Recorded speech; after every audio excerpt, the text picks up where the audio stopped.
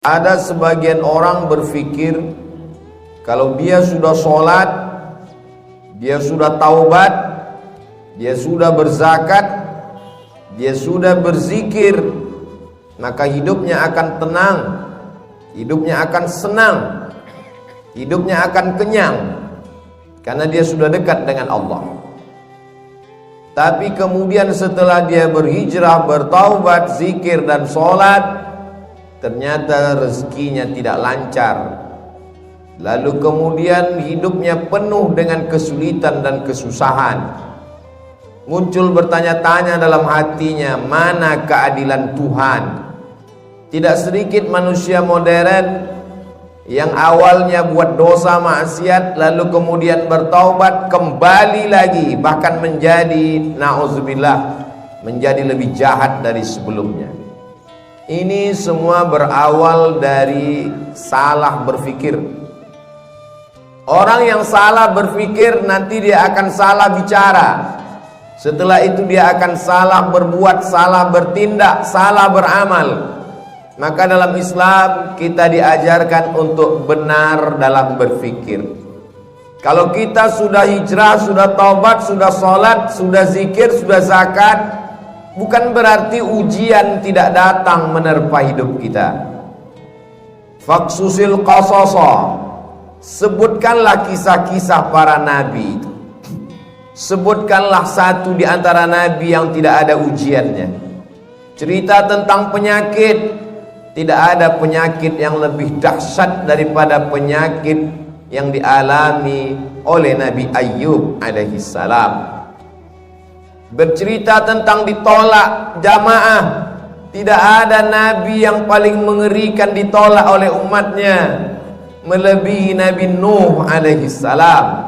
Nabi Yunus juga demikian, sampai masuk ke dalam laut mereka campakkan dari atas bahtera, tenggelam dalam 3 kegelapan, gelap malam, gelap laut, dan gelap perut ikan. Bercerita tentang kesusahan dan kesulitan, diusir dari kampung halaman, dimusuhi oleh paman kandung, mereka lempar pakai batu, berdarah pelipisnya, retak giginya. Tidak ada yang lebih hebat daripada ujian Sayyidina wa Maulana Muhammad sallallahu alaihi wasallam.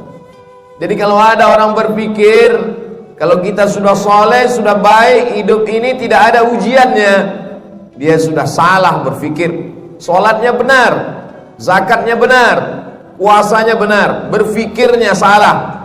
Kesalahan berpikir itu membuat orang akan berhenti sholat. Tetangga saya yang tidak sholat, tidak pernah ke masjid, badannya sehat, rezekinya lancar, semua berawal dari kesalahan berpikir. Hidup ini adalah ujian. Ujian itu tidak hanya penyakit, ujian tidak hanya kemiskinan. Bahkan dalam Quran dikatakan wa balawnahum bil hasanat, kami uji mereka dengan yang enak-enak. Jabatan adalah ujian. Di antara yang diuji dengan jabatan adalah Nabi Daud alaihissalam. Harta adalah ujian. Di antara nabi yang diuji dengan harta adalah Nabi Sulaiman alaihissalam. Kebagusan paras rupa yang ganteng juga adalah ujian. Di antara nabi yang diuji dengan paras rupa yang ganteng itu adalah Nabi Yusuf alaihissalam. Jadi ujian itu ada kalanya datang dalam bentuk kenikmatan, tapi ada juga ujian itu dalam penyakit, kemiskinan, kesusahan, kemelaratan. Maka kalau kita pahami dengan baik, semuanya adalah ujian. Yang lulus siapa? Yang lulus adalah orang kaya yang bisa menggunakan hartanya untuk menolong agama Allah. Yang lulus adalah orang yang punya kuasa, tapi sehari dipakai untuk berpuasa, sehari dipakai untuk makan. Itulah dia Nabi Daud. Ahabbus shaum ilallah shaumi Daud. Puasa yang paling disukai Allah, puasa Nabi Daud. Mengapa demikian? Walaupun dia berkuasa, tapi harinya dia bagi. Yasumu yauman, sehari dia berpuasa, wa yuftiru yauman, sehari dia makan, sehari dia pakai untuk mengingat Allah, sehari dia pakai untuk mengatur rakyatnya, dan mengatur rakyat itu juga dapat pahala dari Allah Subhanahu wa ta'ala. Jadi kalau kita berpahaman, berpikiran benar, insya Allah apapun yang datang kepada kita, kita anggap sebagai ujian. Datang senang, ujian. Datang susah, ujian. Datang harta, ujian. Datang miskin juga ujian. Orang yang berharta lulus ketika harta itu tidak sampai ke dalam hatinya, hanya sampai di tapak tangannya. Dia hanya menerima, setelah itu dia kasih kembali. Terima kasih. Dia bangunkan ke pesantren, dia bangunkan ke masjid, maka dia lulus ujian harta. Orang yang miskin bagaimana lulus ujiannya?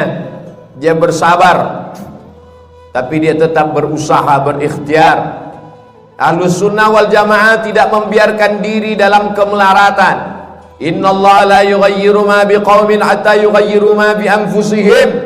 Allah tidak merubah suatu kaum sampai mereka berusaha untuk merubah diri mereka sendiri. Gunakan potensi yang ada pada diri, jalin silaturahim, buka usaha. Tetap tidak datang keuntungan, berarti sudah ditakdirkan Allah untuk bersabar. Orang kaya bersyukur, balasannya la in syakartum la azidannakum. Kau bersyukur, ku tambah nikmat. Orang miskin bersabar, balasannya innama yuwaffas sabiruna ajrahum bighairi hisab. Orang yang sabar diberikan balasan bighairi hisab, tanpa ada yang bisa menghitungnya. Hanya Allah saja yang tahu hitungannya. Balasannya a'dadtu li'ibadiyas salihin. Kusiapkan balasan untuk hamba-hambaku yang soleh. Mala a'yunun ra'at, belum pernah dilihat mata. Wala udhunun sami'at, belum pernah didengar telinga. Wala khatara ala qalbi bashar, belum pernah terlintas di hati manusia. Kalau sudah benar pemahaman kita bahwa nabi-nabi, rasul-rasul yang dekat dengan Allah pun diuji dengan penyakit, diuji dengan musibah, diuji dengan berbagai macam ujian, dan ada di antara mereka yang diuji dengan kekuasaan, dengan harta, dengan paras rupa. Ada di antara mereka yang diuji dengan kesakitan, kemelaratan, terusir dari kaumnya. Fahamlah kita bahwa kalau kita sholat, kita bisa kaya, kita juga bisa susah. Kalau kita sudah hijrah, sudah taubat, kita bisa sehat, kita pun juga bisa sakit. Sehingga kalau sudah hijrah, sudah taubat, datang penyakit silih berganti, datang ujian, bisnisnya jatuh, sholatnya tidak berhenti, dia tidak merajuk, tidak ngambek, tidak marah kepada Allah, karena dia tahu Allah menguji aku. Liyabluwani, Allah sedang menguji aku. Aashkur, apakah aku bersyukur? Am akfur, atau aku menjadi kufur kepada Allah Subhanahu wa ta'ala. Semua berawal dari kesalahan berfikir. Afala tatafakkarun, kenapa kamu tidak berfikir? Afala ta'qilun, kenapa tidak menggunakan akal pikiran? Tidak ada yang sulit bagi Allah Subhanahu wa ta'ala. Allah Maha Kuasa, fa'alul lima yurid. Dia berbuat sesuai kehendaknya, bukan kehendak atasannya. Dia tidak punya atasan. Wa huwa ala kulli syai'in qadir. Dia Maha Kuasa atas segala sesuatu. Tidak ada yang menguasainya. Tidak ada yang perlu membutuhkan proses waktu bagi Allah. Innama amruhu idza arada syai'an ay yaqula lahu kun fayakun. Maka ketika Nabi Ayyub alaihissalam makin parah penyakitnya, dia tidak mengeluh kepada Allah. Dia tidak mengatakan aku ini nabi, kenapa aku bisa sakit? Dia hanya berkata, Rabbi anni massaniyad-durru wa anta arhamur rahimin. Rabbi, ya Allah, anni, aku, massaniyad-durru, aku kena penyakit, wa anta arhamur rahimin, engkau maha penyayang di antara yang sayang. Kalau kita teliti satu persatu doa Nabi Ayyub itu, tidak ada dia minta sembuh. Rabbi, ya Allah, anni, sesungguhnya aku, massaniyad durru, aku kena penyakit, wa anta arhamur rahimin, engkau maha penyayang di antara yang sayang. Lalu di mana kita yang meneteskan air mata hanya karena sesuatu yang belum ada apa-apanya dibandingkan Nabi Ayyub alaihissalam? Anaknya meninggal, kebunnya kering kerontang, hujan tidak turun, binatang ternaknya mati semua, malang tak dapat ditolak, untung tak dapat diraih, penyakit datang silih berganti. Imannya tidak berubah, dia malu meminta kepada Allah Subhanahu wa ta'ala. Begitu juga ketika Nabi Yunus alaihissalam masuk ke dalam perut ikan, dia tidak ada mengeluh, dia tidak ada meminta kepada Allah, dia hanya berkata la ilaha illa anta subhanak inni kuntu minadh dhalimin. Sekarang kita teliti satu-satu perkata doanya itu.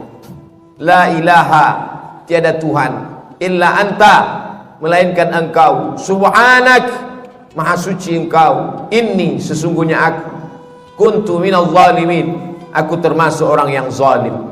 Tidak ada dia minta keluarkan aku dari perut ikan ini, ya Allah, aku ini nabi, kenapa aku terusir dari kampungku? Mengapa aku ketika diundi di antara para penumpang kapal, kenapa namaku yang keluar sehingga aku yang terbuang? Kenapa aku ditelan ikan? Tidak ada. Dia hanya berkata la ilaha illa anta subhanak inni kuntu minadh dhalimin. Mereka adalah orang-orang yang sudah putus hakikat tauhidnya. Bagi mereka diikuti umat dengan tidak diikuti sama saja. Antara senang dengan lapar sama, karena yang memberikan kenyang juga dia, yang memberikan lapar juga dia. Hari ini begitu banyak orang yang berkata alhamdulillah ketika kenyang, lupa kepada Allah saat lapar. Atau ada juga terjadi sebaliknya, waktu lapar ingat Allah, setelah kenyang lupa kepada Allah. Yang kau minta saat kau susah, dia juga yang kau minta saat kau lapar. Yang kau minta saat kau senang, dia juga yang kau sembah saat kau susah.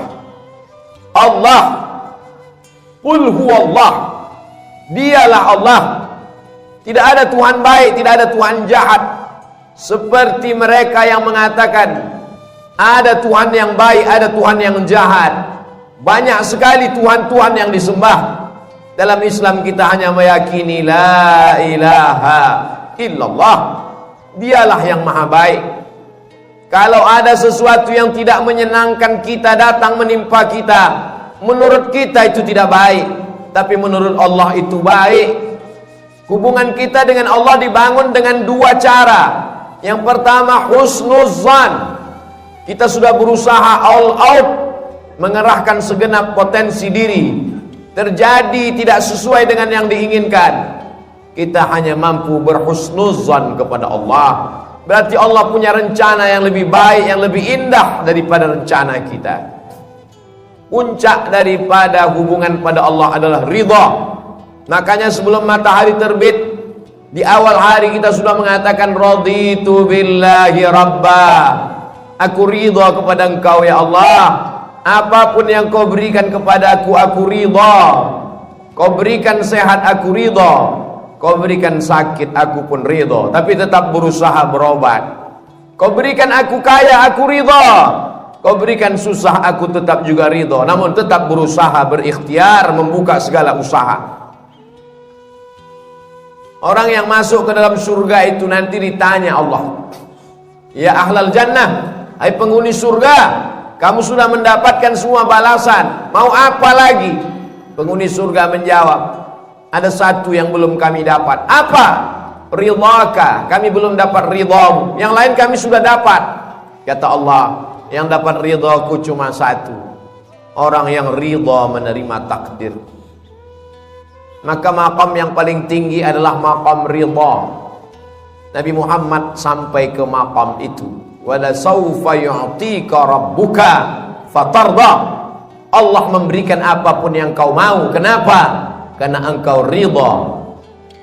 Man lam yarda biqada'i, siapa yang tidak ridha menerima takdirku, walam yasbir bibalai, tidak sabar menerima ujianku, falyatlub rabban siwaya, carilah Tuhan selain aku. Syirik, kafir, murtad, na'udzubillah wal iyazu billah. Allah menyelamatkan kita sampai anak cucu kita hingga hari kiamat daripada berpaling daripada Allah hanya gara-gara tidak tahan menerima ujian. Tidak ada yang bisa menguatkan hati kita kecuali Allah. Wasta'inu, minta tolonglah kepada Allah, bisabri, dengan banyak-banyak sabar, wassalah, dengan banyak-banyak salat. Kalau ujian hidup ini berat, angkat kedua tangan. Besar ujian ini, lebih besar Allah. Allahu Akbar. Setelah itu katakan dalam hati, Allahu Akbar kabira. Tidak ada apa-apanya ujian ini, engkau lebih besar. Walhamdulillahi katsira, segala puji hanya milik engkau. Wa subhanallahi bukratan wa asila, pagi, petang, siang dan malam yang suci hanya engkau. Aku adalah makhluk yang kotor, banyak silap, banyak salah, banyak dosa. Setelah itu mengakulah kepada Allah, wajjahtu wajhiya, aku hadapkan wajahku kepadamu ya Allah. Wajjahtu wajhiya lilladzi fataras samawati wal arda hanifan musliman wa ma ana minal musyrikin. Serahkan semuanya pada Allah. Inna salati wa nusuki wa mahyaya wa mamati lillahi rabbil alamin. Jangan meminta kepada dukun, jangan minta kepada benda keramat. La syarika lahu wa bidzalika umirtu wa ana minal muslimin. Aku orang yang berserah diri kepadamu. Wala tamutunna illa wa antum muslimun. Jangan mati melainkan dalam keadaan muslim. Siapa muslim? Bersyahadat, salat, zakat, puasa, haji. Ya, tapi muslim yang sesungguhnya orang yang menyerahkan dirinya kepada Allah Subhanahu wa ta'ala. Inna awwala ma yuhasabu bihil abdu yaumal qiyamah, yang pertama kali dihisab, dihitung, dikira pada hari kiamat, salatuhu. Yang pertama dihitung di hari kiamat bukan harta, yang pertama dihitung bukan puasa, yang pertama dihitung bukan haji, yang pertama dihitung adalah salat, bukan somat. Salat yang pertama dihitung, mengalir pahala sampai hari kiamat. Tapi amal-amal hidup kita ini adalah salat. Mudah-mudahan ibu-ibu yang suaminya belum salat, dibukakan Allah pintu hatinya, segera salat. Banyak juga suami yang enggak salat. Sudah salat Pak Ustadz, terus kok ibu tadi bilang amin? Supaya istiqomah. Assalamualaikum warahmatullahi wabarakatuh. Semoga yang membangun masjid ini mendapat, tunggu dulu sebentar.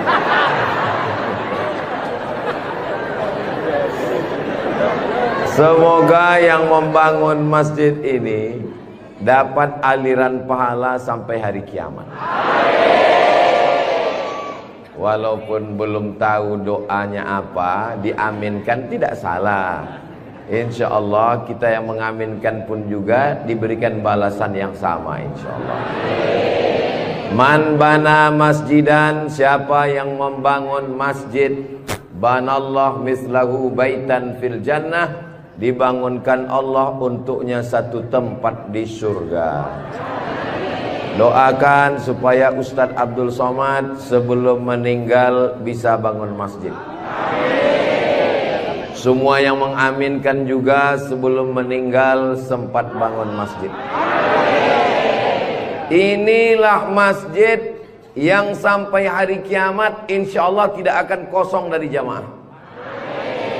Ustadz tahu dari mana? Jamin bisa dari mana? Karena di pinggir jalan raya. Setiap pagi, petang, siang, malam, mobil-mobil akan mampir di parkir, singgah ke masjid, mampir ke masjid, mampir ke masjid. Kenapa mampir? Mau buang air kecil. Seandainya orang yang mampir itu datang kemari, tidak sholat, hanya sedang ke toilet, apakah yang mewakafkan tanah dapat pahala?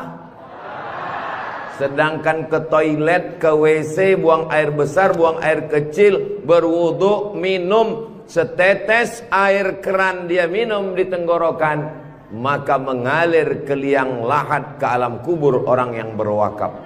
Mudah-mudahan kita semua diberikan Allah rezeki yang berlimpah insyaallah. Amin.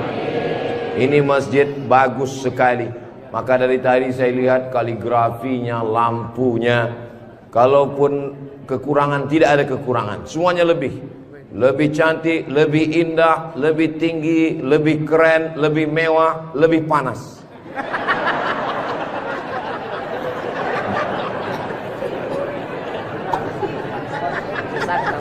Kalau Tuan membeli kipas dibeli ke Tanjung Uru, kenapa terasa panas? Karena Ustadz Somad pakai baju baru. Allahu Akbar. Saya begitu sampai di rumah tinggi, rumah panggung namanya ya. Begitu sampai di rumah panggung, Pak Haji menyambut saya. Ustadz Abdul Somad disambut di depan rumah. Yang pertama, sorban saya diganti dengan kain baru. Sampai di dalam dikasih makan. Ustadz Somad sedang berada di tempat nenek moyangnya Konro. Disinilah asal muasal Konro yang ada di Jakarta, yang ada di Makassar. Disinilah tempatnya. Betul ini. Setelah itu dikasih makan pisang sama kulit-kulitnya. Setelah itu dikasih lagi, pokoknya banyak sekali makanan. Jadi saya pesankan kepada saudara-saudara saya dari Sumatera, dari Riau, sebelum kalian ke Pangkep, tolong jangan makan seminggu. Biar muat isinya kosong. Setelah itu saya beristirahat sejenak. Sebelum tablik akbar, Ustadz Somad tolong diganti bajunya. Jadi ini kalau di upload nanti video Ustadz Somad, masjid apa namanya? Saya sudah tahu, cuman ngetes aja. Nanti begitu ditanya orang, di komen saat di upload video di Raudhatul Muflihin ini di YouTube, di komen orang, merah menyala abangku. Mudah-mudahan yang memberikan sorban, yang memberikan kain khas Bugis Makassar, yang memberikan baju khas dengan tulisan huruf-huruf yang saya tidak bisa membacanya, mereka sedang menguji Abdul Somad. Katanya kau 4 tahun di Mesir Abdul Somad, 2 tahun di Maroko, 1 program S3 di Sudan, namamu panjang profesor doktor. Kalau memang kau hebat, coba baca. Allah lah yang membalas semua kebaikan. Man ahsana ilaikum, siapa yang berbuat baik kepada kamu, fakafi'uhu, balaslah. Fa illam tajidu, kalau kamu tidak bisa membalas, fad'u lahu, doakanlah. Semoga semua yang sudah berbuat baik ini dibalas Allah kebaikan dunia dan akhirat insyaallah. Amin ya rabbal alamin. Kira-kira agama Islam itu menganjurkan umatnya miskin atau kaya? Jadi kalau ada orang mengatakan umat Islam itu miskin-miskin, bajunya compang-camping, koyak-koyak, itu bukan umat Islam. Itu adalah ajaran dari Belanda yang pura-pura masuk Islam, namanya Snokhorgrony. Masya Allah, luar biasa. Di tempat lain anak kecil saya datang, disuruh orang tuanya salaman, salam Ustadz Somad, salam Ustadz Somad, nangis. Dipangkep, anak kecil berani. Itulah mengapa ibu-ibu dikasih pagar besi. Mudah-mudahan anak kita menjadi anak soleh. Hari ini kita sedang membuat sejarah. Itu anak kecil yang bersalaman dengan Ustadz Somad tadi, setelah besar nanti dia akan menjadi orang yang bermanfaat dunia akhirat. Seandainya na'udzubillah dia berbuat kesilapan, orang langsung akan ngomong ke dia, kamu jangan buat salah, karena kamu waktu kecil sudah salaman dengan Ustadz Abdul Somad. Tadi gambar itu dipoto. Waktu beliau maju ke depan, saya tahu kenapa dia pelan-pelan, biar supaya cepat menyala kamera. Waktu dipoto bersalaman dengan Ustadz Somad, diambil gambar, dan nanti sampai di rumah fotonya sudah dicetak sebesar pintu dan dipajang di ruang tamu. Setiap kali tamu yang melihat, mereka akan mendoakan, ya Allah, sehatkan Ustadz Somad, panjangkan umurnya, matikan dia husnul khatimah. Dan setiap tamu yang melihat foto anak kita, mereka akan berdecak kagum seperti melihat kucing Anggora. Mudah-mudahan anak-anak kita semuanya selamat dari narkoba, selamat dari LGBT, selamat dari zina, dan menjadi anak-anak yang kaya raya, rezekinya berlimpah insyaallah. Kalau orang Islam ini kaya, uangnya banyak, Qarun juga duitnya banyak, orang kafir juga duitnya banyak, koruptor juga duitnya banyak. Apa bedanya? Orang Islam duitnya banyak, kalau sudah duit banyak dipakai bangun masjid. Alhamdulillah. Kepada saudaraku dimanapun berada, dari Sabang sampai Papua, Sumatera, Jawa, Sulawesi, Kalimantan, Maluku, datanglah kalian ke Pangkep. Lihat Masjid Raudhatul Muflihin, tempat Ustadz Somad ceramah dulu. Silakan kalian datang ke Pangkep, di pinggir jalan raya, mampir ke Masjid Raudhatul Muflihin. Lihat dalam, lampunya saja luar biasa, cuman nggak menyala aja, karena memang siang. Jangan hidupkan lampu, mubazir listriknya. Ini lampu di depannya, sepertinya kalau tidak dari Turki, dari Mesir ini. Belum lagi kaligrafi di depannya. Mimbarnya, saya sangka tadi tangga eskalator, naik ke atas. Tadi saya ditanya, Ustadz Abdul Somad mau naik ke atas atau di bawah? Saya bilang di bawah saja. Kenapa saya di bawah? Karena kalau saya ke atas, semua jamaah akan mendongak. Saya mau lebih dekat dengan Bapak Ibu sekalian. Sebagaimana kita dekat sekarang, mudah-mudahan kita juga dekat dengan Rasulullah di surga Jannatul Firdaus insyaallah. Amin ya rabbal alamin.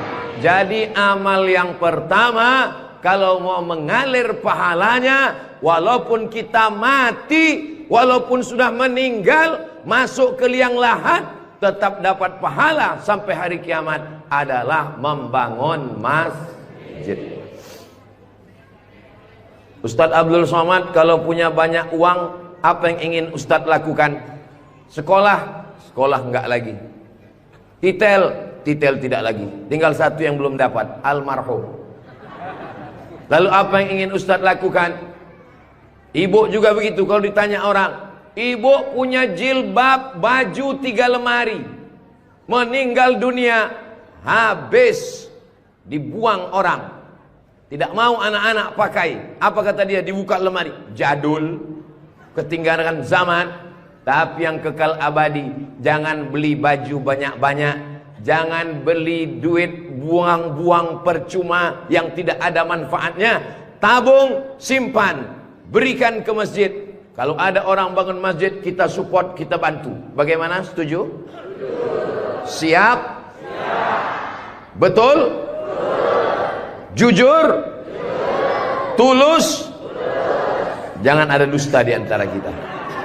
Kita di dalam masjid, maka insya Allah inilah amal jariah kita semuanya insya Allah. Nah, saya tidak kaya Ustadz Somad, tidak punya uang banyak, bisa membangun masjid Raudhatul Muflihin. Kalau tidak bisa bangun masjid, makmurkan masjid dengan sholat, bukan somat. Sholat berjamaah di masjid. Tidak ada halangan bagi masyarakat untuk mampir datang sholat ke Raudhatul Muflihin. Raudhah artinya taman. Ma baina baiti, antara rumahku Wa minbari, dan mimbarku. Di sini mimbar Nabi, di sebelah kiri kalau kita menghadap kiblat rumah Nabi. Antara rumah Nabi dengan mimbar Nabi, raudhatun min riyadil jannah, taman-taman surga. Dan inilah taman surga yang ada di Kabupaten Pangkep. Mudah-mudahan kita bisa selalu singgah ke taman surga ini insyaallah. Lalu kemudian sholat berjamaah ke masjid. Kamu kenapa tidak mau sholat berjamaah? Sholat berjamaah di sana Pak Ustadz, saya nggak mau karena lantainya belum disemen.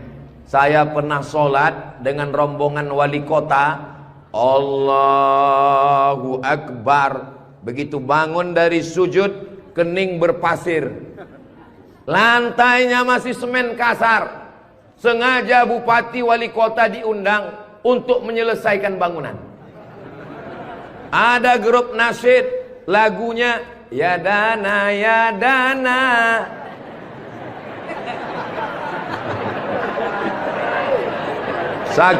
Saking groginya sampai lupa menyapa Pak Bupati.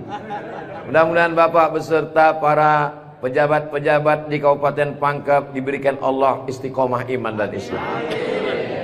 Saya heran juga. Tadi pertama masuk saya terasa panas.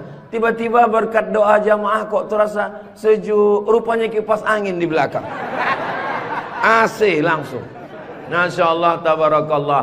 Jadi tidak ada alasan orang Kabupaten Pangkep, desa kita tidak datang sholat berjamaah. Masjid sudah bagus, lantainya Masya Allah, nggak tahu nih lantainya apa.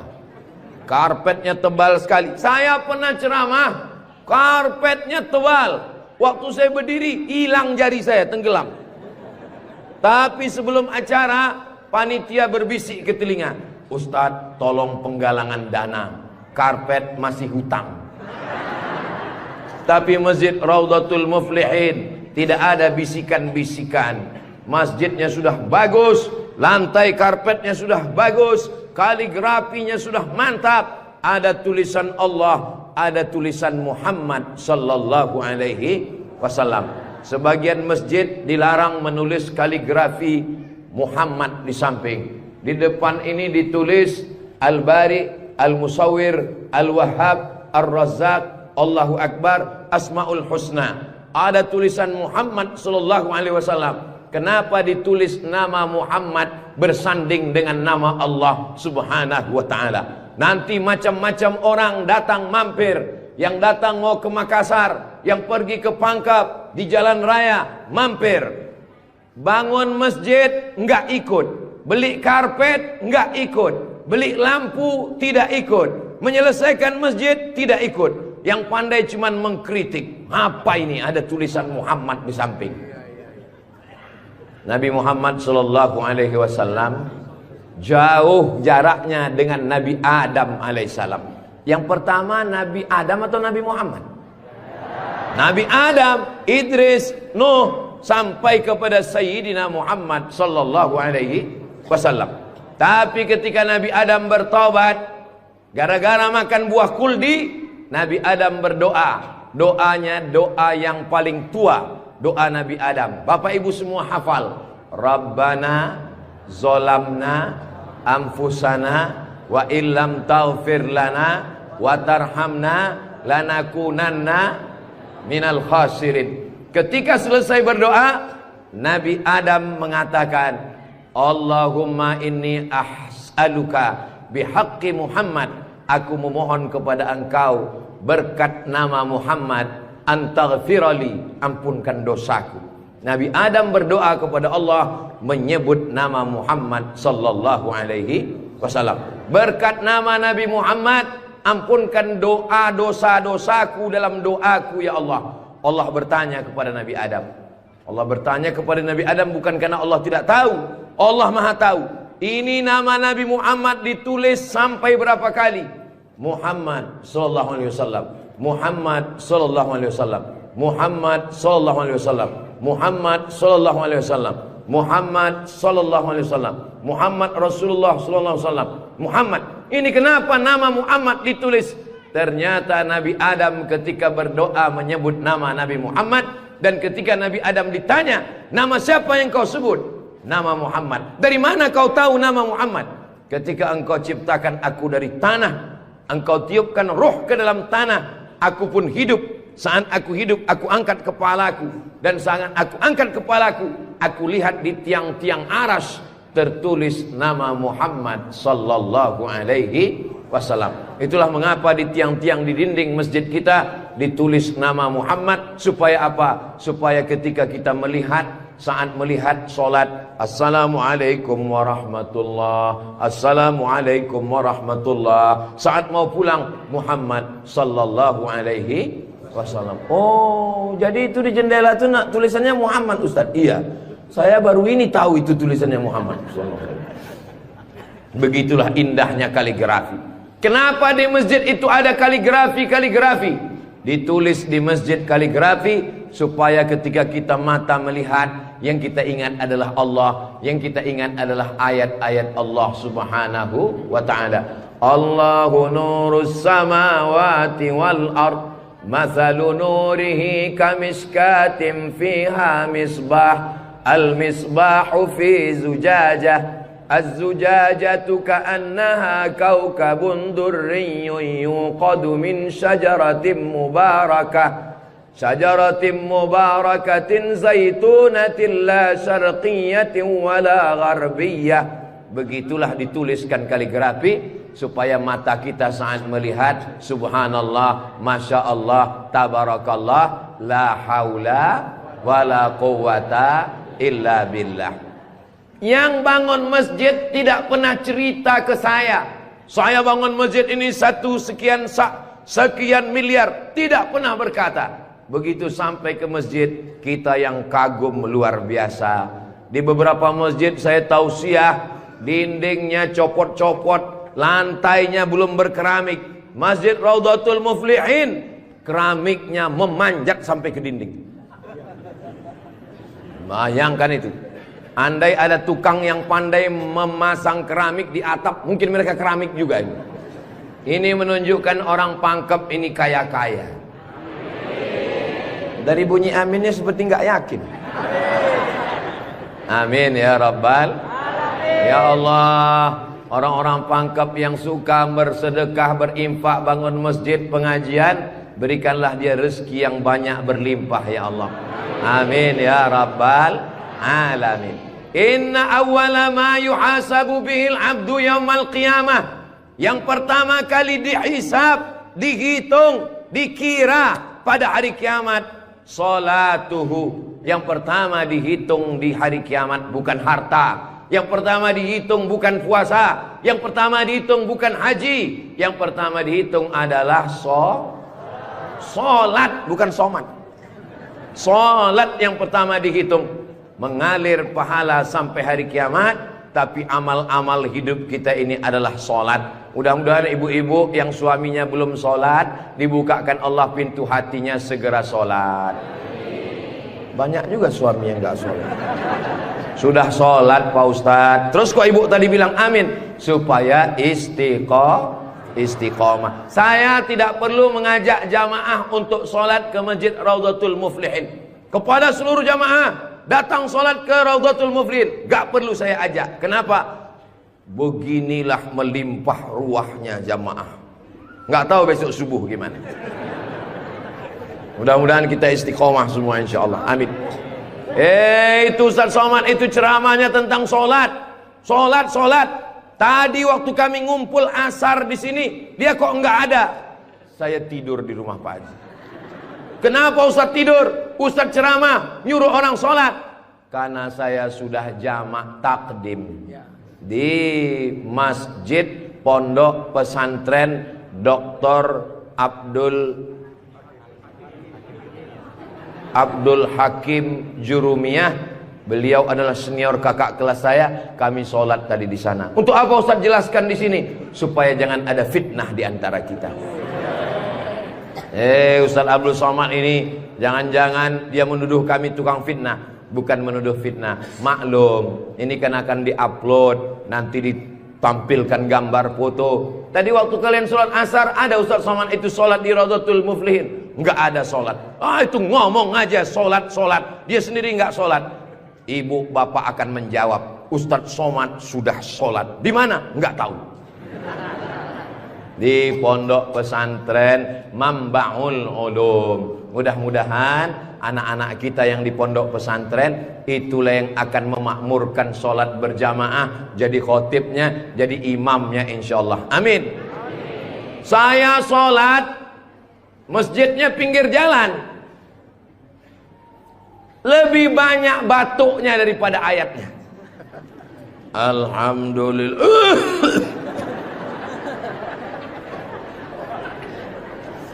Ghairil maghdubi alaihim waladdallin. Amin. Bismillahirrahmanirrahim. Ijazah. Dalam Al-Quran itu bukan ja semuanya. Ada za, ada za, ada Allah, ada ja. Ini kenapa Imam Ijazah ini kok bisa maju? Bapak tinggal di sini, saya musafir Pak Ustadz. Bapak tinggal di sini, saya musafir Pak Ustadz. Bapak tinggal di sini, saya musafir Pak Ustadz. Loh, yang tinggal di sini mana? Itulah Imam Ijazah. Itu tidak akan terjadi di Pangkep. Kenapa? Tadi di pondok pesantren santri-santri baca kitab juara 5 besar se-Indonesia. Allahu Akbar. Dan tadi Ustaz Abdul Somad sebelum sampai ke Masjid Raudhatul Muflihin turun dari rumah kepada Al-Mukarram Ustaz Somad dipersilakan untuk menandatangani prasasti dengan tinta emas. Saya tengok rumah tahfiz Quran Raudhatul Muflihin, saya tanda tangan. Ustaz Abdul Somad tidak ikut membangun masjid. Ustaz Abdul Somad tidak ikut membebaskan tanah wakaf. Ustaz Abdul Somad tidak ikut mendirikan rumah tahfiz Quran. Tapi pas giliran tanda tangan Abdul Somad. Peresmian masjid Abdul Somad. Peresmian rumah Quran Abdul Somad. Semua acara seremonial diserahkan kepada Abdul Somad. Ustaz kalau disuruh meresmikan masjid, pesantren, rumah tahfiz Quran, bangga atau gimana perasaannya? Cemas. Apa yang Ustaz cemaskan? Yang saya cemaskan nanti malaikat memanggil saya. Kepada Abdul Somad, silakan masuk ke dalam surga secara seremonial. Doakan supaya Abdul Somad berkat anak-anak tahfiz Quran Raudhatul Muflihin betul-betul masuk surga selamanya, kekal abadi insyaallah. Saya tidak khawatir Masjid Raudhatul Muflihin kekurangan imam. Kenapa? Sudah dipersiapkan SDM-nya. Mereka tamat dari Raudhatul Muflihin, hafal Quran, berangkat ke Mesir, belajar di Al-Azhar 4 tahun. Yang nanggung biayanya siapa? Kita doakan Pak Bupati supaya jabatannya bisa menolong. Tunggu sebentar. Supaya dengan tanda tangannya memberikan beasiswa, anak-anak belajar di Al-Azhar, pulang lagi mengembangkan syiar dakwah agama Islam insyaallah. Amin.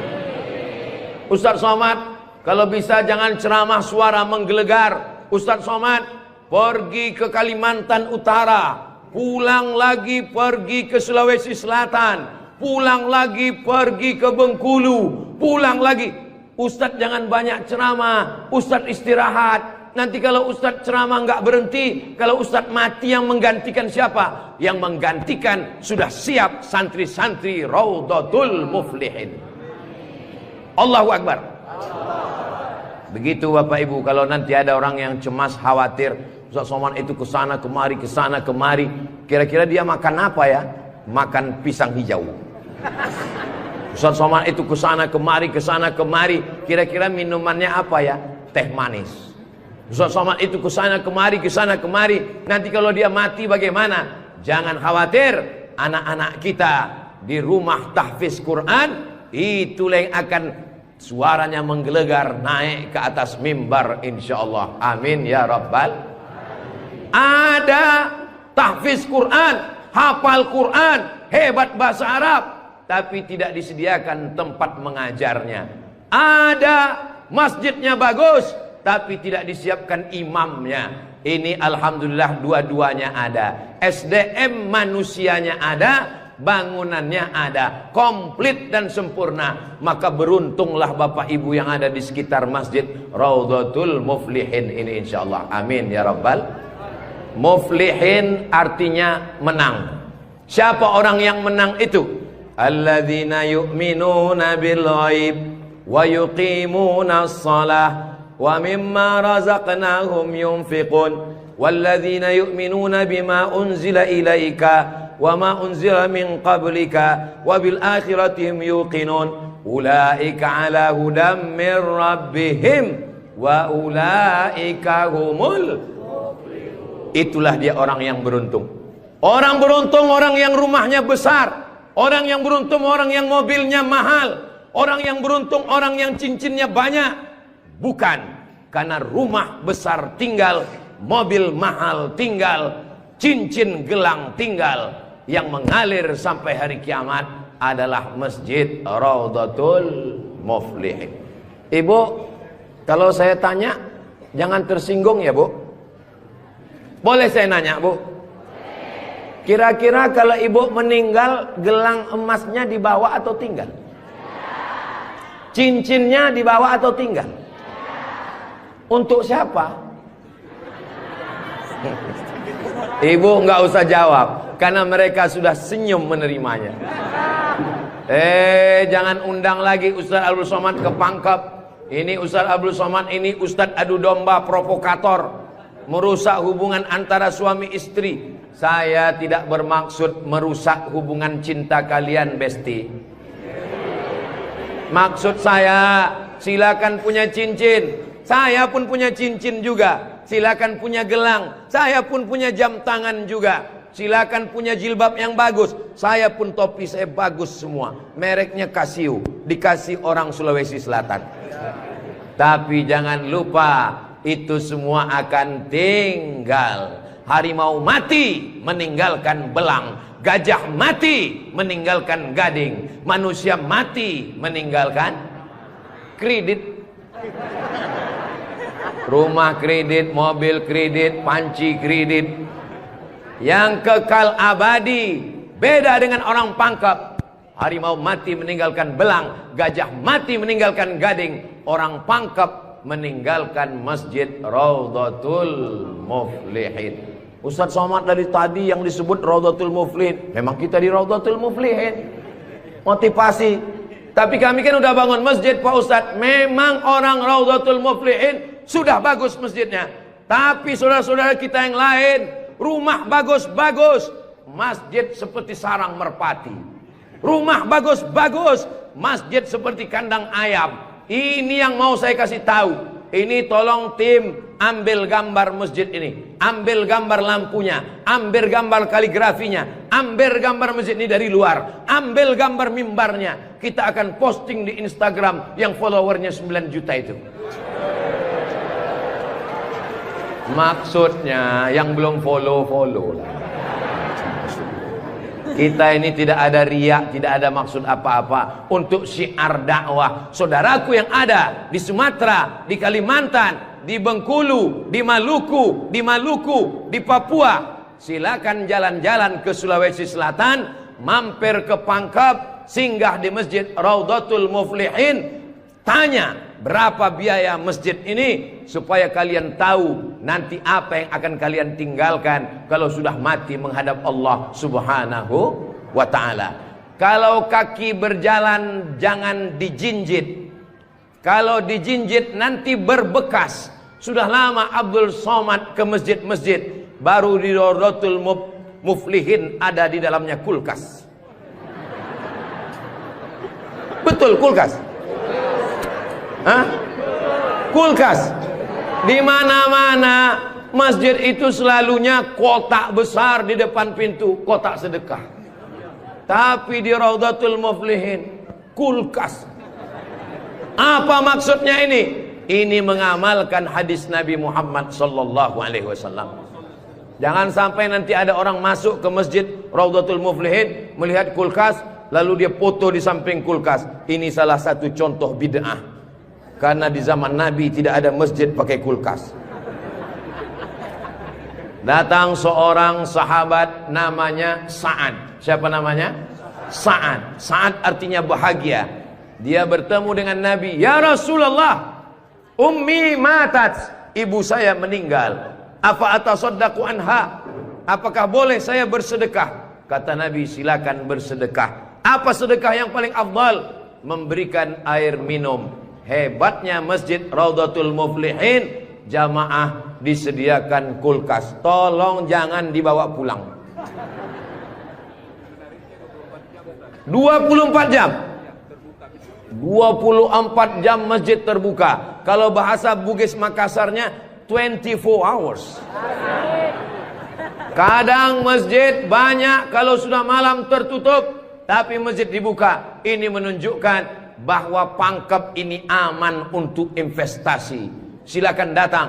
Masjidnya emas, masjidnya bagus, tapi aman. Nggak tahu berapa security-nya ini. Saudaraku yang dimuliakan Allah Subhanahu wa taala, beginilah masjid yang ideal. Masjid yang ideal ada AC-nya, ada layarnya, sound systemnya bagus, ada kulkasnya, ada lemari mukenanya di ujung. Ini penting karena musafir banyak yang lupa bawa telekung, bawa mukena, maka sediakan mukena. Diajak jamaah. Ustaz Abdul Somad, ya, besok kami jemput jam 4 subuh dari rumah Ustaz. Untuk apa? Kita ngumpulkan uang, kita kirim ke Palestina. Oke, I'm ready. Saya pun siap jam 4. Jalan kita, jalan. Bismillahirrahmanirrahim. Allah, la haula wala quwata illa billah. Jalan jam 4 dari Pekanbaru. Begitu sampai jam 5 di Riau, azan subuh jam 5. Begitu sampai jam 5 terdengar suara azan. Allahu Akbar, Allahu Akbar. Pak supir, mampir kita. Azan sudah terdengar. Mohon maaf Pak Ustaz, itu azan handphone. Oke, coba perhatikan di pinggir jalan. Kalau ada masjid kita mampir. Ya, siap. Terus, ada Pak Ustaz, ada Pak Ustaz. Ya, mampir, kita sholat subuh. Begitu mampir di jalan, masjid digembok, nggak ada yang sholat subuh. Maka tadi saya senang sekali mendengar kabar Masjid Raudhatul Muflihin dibuka 24 jam. Siapapun yang mampir sholat subuh singgah. Karena pengalaman saya, mampir masjid tutup. Oke, kalau gitu kita cari masjid yang kedua. 15 menit setelah itu mampir di masjid kedua, tertutup lagi. Saya bilang, mestinya mereka tulis di atas, masjid khusus Jumat saja. Kalau sampai di masjid itu tidak ada orang azan, kosong dari sholat berjamaah satu waktu, maka satu kampung itu istahwadat alaihimus syayatin. Satu kampung kesetanan, diganggu setan semuanya. Jangan sampai masjid kosong satu waktu saja, zuhur saja, asar saja, subuh saja, kosong tidak harus sholat berjamaah. Satu kampung diganggu setan, RT-nya kesetanan, RW-nya kesetanan, camatnya kesetanan. Bupati jangan sebut, ada orangnya enggak. Allah menjaga Kabupaten Pangkep, menjaga Sulawesi Selatan insyaallah. Dengan banyaknya yang membangun masjid, masjid dimakmurkan, nyaman orang sholat, karpetnya, sound systemnya. Apa pesan Ketua Dewan Masjid Indonesia, Pak JK? Ustadz Samad, kata Pak JK, 80% yang berperan di masjid itu adalah sound system, mikrofon. Imam pakai sound system. Bismillahirrahmanirrahim. Alhamdulillahi rabbil alamin. Khatib pakai sound system. Jamaah sekalian, azan pakai sound system. Iqamat pakai sound system. Maulid pakai sound system. Tausiah pakai sound system. Baca Quran pakai mikrofon. Alhamdulillah mikrofonnya sudah bagus-bagus. Yang di belakang suara saya jelas? Alhamdulillah jelas Pak Ustadz. Wajah Ustadz yang nggak jelas. Yang nggak jelas bisa dilihat di layar. Masya Allah, bagus juga saya di layar itu ya. Saudara yang dimuliakan Allah Subhanahu wa Ta'ala, maka Nabi pertama kali sampai di Madinah membangun Masjid Nabawi. Amr bin As pertama kali sampai di Mesir membangun Masjid Amr bin As, masjid paling tua di Mesir. Panjang umur, sehat badan, nanti kita akan umroh akbar ke Makkah dan kita akan mampir di Mesir, sholat di masjid pertama di Mesir insyaallah. Ongkos tanggung masing-masing. Sahabat Nabi bangun masjid, Nabi bangun masjid, raja-raja bangun masjid, sultan-sultan bangun masjid, jenderal bintang 4 Jenderal Muhammad Yusuf di akhir hayatnya pulang ke Makassar membangun masjid. Tentara bangun masjid, polisi bangun masjid. Presiden Soekarno meninggal, sebelum meninggal sempat bangun masjid, Masjid Istiqlal. Presiden Soeharto bangun masjid, Masjid Muslim Pancasila. Bupati, camat, gubernur, wali kota sebelum meninggal bangun masjid, mengalir pahala. Jabatan tak lama, apalagi kalau ditangkap KPK. Tapi masjid insya Allah mengalir walaupun kita sudah tidak ada. Orangnya boleh mati, pahala mengalir sampai akhirat nanti. Tulis begitu di depan masjid kita. Orangnya boleh mati, pahala tetap mengalir sampai akhirat nanti. Uang bisa dicari, bini mati jangan kawin lagi. Setuju Bu? Setuju. Hati-hati Bapak. Tapi kalau dilihat dari wajah bapak-bapak ini Bu, mereka ini orangnya setia-setia semua. Kalau ibu punya suami setia seperti begini, jangan dikubur sebelum meninggal.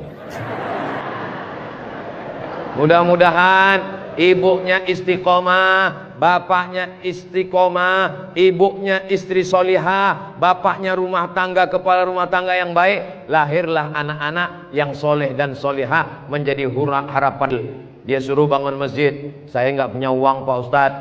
Dia suruh sholat berjamaah, saya sakit kaki Pak Ustadz.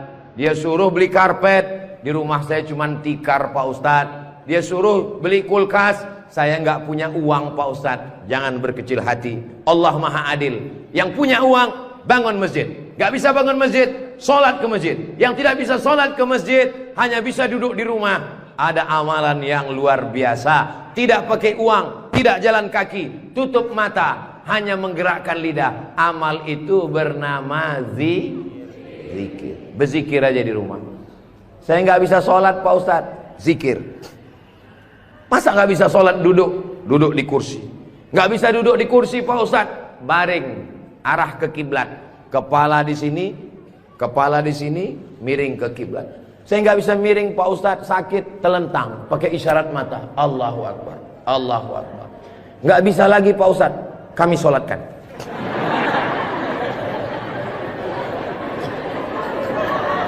Bagi yang bisa amal uang, bangun masjid, belikan kulkas, belikan AC.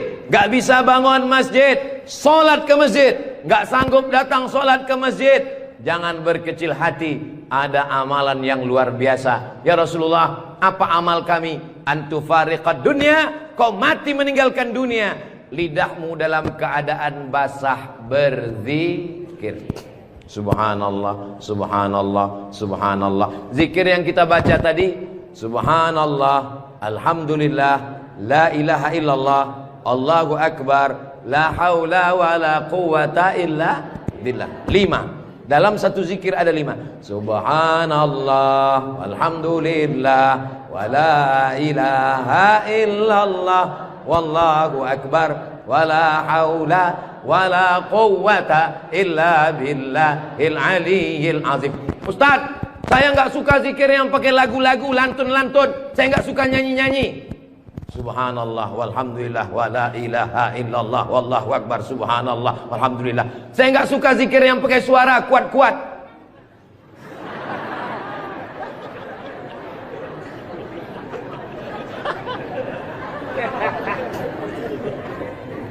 Wadhkur rabbaka fi nafsika. Sebutlah Tuhanmu dalam dirimu, jangan kuat-kuat. Tapi yang zikir kuat juga punya dalil. Apa zikir kuat itu dalilnya? Ketika selesai sholat, mereka datang bertanya kepada Abdullah bin Abbas. Hai Abdullah bin Abbas, ya, kamu hidup di zaman Nabi. Saya hidup sezaman dengan Nabi. Nabi kalau selesai sholat, zikirnya kuat atau pelan? Saya mendengar Nabi dan sahabat bertakbir. Waktu itu saya di luar masjid. Di luar masjid Abdullah bin Abbas mendengar suara takbir. Padahal waktu itu belum ada mikrofon. Bagaimana kira-kira suara yang sampai keluar masjid tanpa mikrofon? Allahu Akbar, Allahu Akbar, Allahu Akbar. Kira-kira pelan atau kuat? Kuat. Jadi jangan kelahi antara zikir kuat dengan zikir pelan. Yang zikir kuat ada dalilnya, yang zikir pelan ada dalilnya. Yang salah itu adalah saudara kita berzikir pelan lalu kita kuat ke telinganya. Itu yang enggak betul. Masa kita zikir kita la ilaha illallah. Saya cuma mau ngasih tahu, Masjid Raudhatul Muflihin kalau selesai sholat zikirnya kuat atau pelan? Kuat. Maka zikirkan kuat. Astaghfirullahalazim, astaghfirullahalazim, astaghfirullahalazim. Tolong zikirnya jangan cepat-cepat. Karena sekarang banyak orang selesai sholat paling. Subhanallah, subhanallah, subhanallah, subhanallah. Kalimatani, dua kalimat, khafifatani 'alal lisan, ringan di lidah, tsaqilatani fil mizan, berat pada timbangan mizan hari kiamat, habibatani ilar rahman. Kalimat ini disukai Allah. Subhanallah wa bihamdihi subhanallahil azim, subhanallah wa bihamdihi subhanallahil azim, subhanallah wa bihamdihi subhanallahil azim. Tapi yang paling afdal dari semuanya, afdalul dzikri la ilaha la ilaha illallah, la ilaha illallah, la ilaha illallah. Mana tasbih saya kok hilang? Rupanya tasbih di baju yang lama tadi tinggal. Ada disimpan di dalam kantong, ada tasbih biasanya. La ilaha illallah. Tolong biasakan berzikir pakai tasbih supaya tahu hitungannya berapa. Mohon maaf, ini masker tidak boleh tinggal. Kemana-mana saya mesti pakai masker. Apalagi di airport. Kalau tidak nanti diajak perempuan cantik berfoto.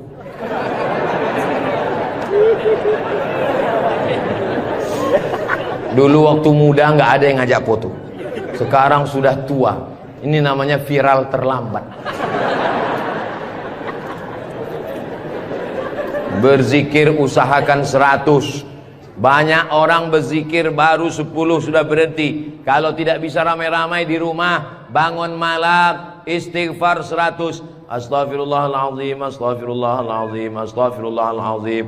Salawat 100. Allahumma salli ala Sayyidina Muhammad wa ala ali Sayyidina Muhammad. Allahumma salli ala Sayyidina Muhammad wa ala ali Sayyidina Muhammad. La ilaha illallah 100. Afdalu dzikri fa'lam annahu la ilaha illallah, la ilaha illallah. Sekarang banyak orang pergi umroh, pergi ke toko tasbih, tasbih kayu enggak jadi, tasbih batu enggak jadi, tasbih permata enggak jadi. Memilih tasbih 1 jam, bertasbih 2 menit.